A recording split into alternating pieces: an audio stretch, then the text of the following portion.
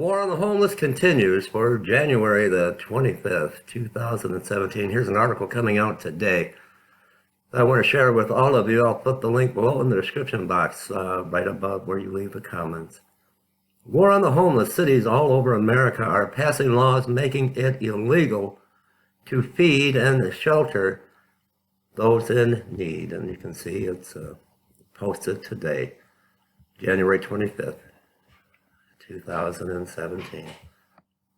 If you want to be a good Samaritan to the homeless in your community, you might want to check and see if it's legal first. All over the country, cities are passing laws that make it illegal to feed and shelter the homeless. For example, in this article, you will read about a church in Maryland that was just fined $12,000 for simply allowing homeless people to sleep outside the church at night.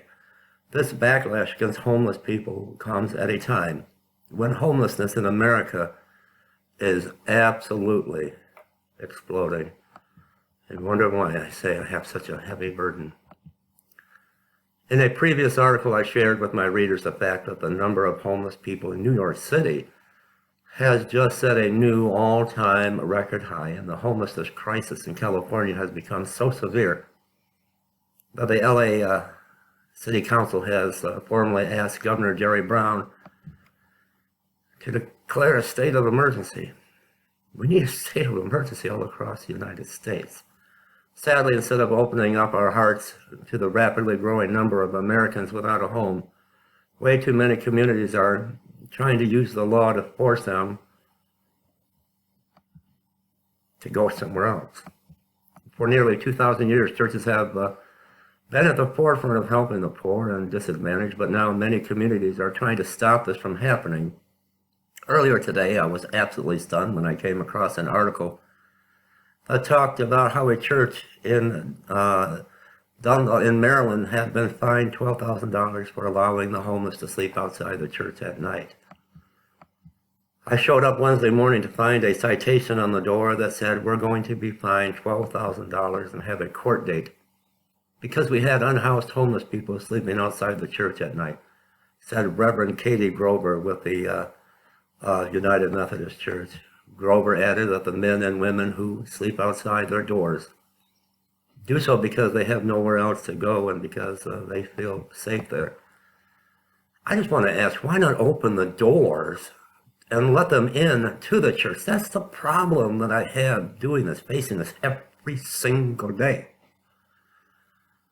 If you don't want to be fined for them sleeping outside of your church, open the doors to the house of God.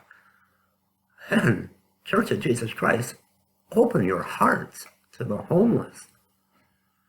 We feel we have, I wish I could talk to the author of this article.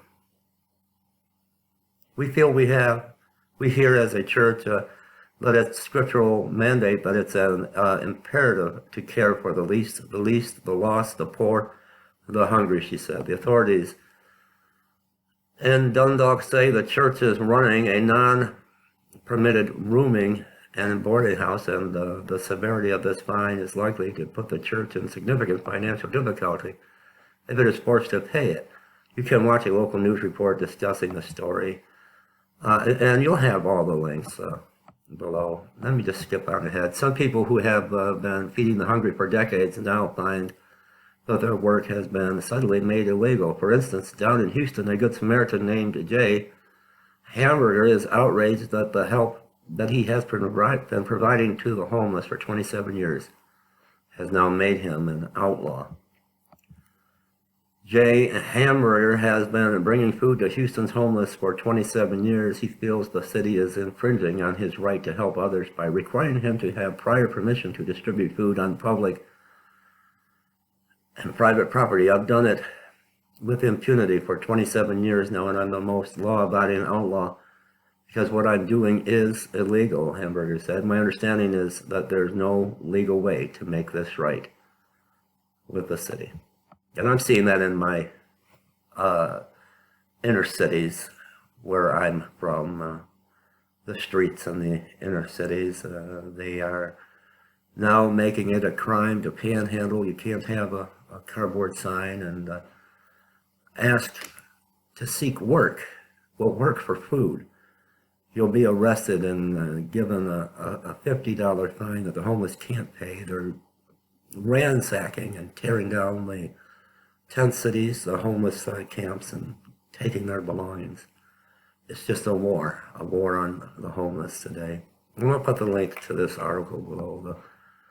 The attacks on the homeless, they continue. The article's quite lengthy, and I'll put the links below, and I'll put a link to our ministry and outreach to the homeless, Trumpet of God Ministries, to where you can support this ministry. I will not stop feeding the homeless.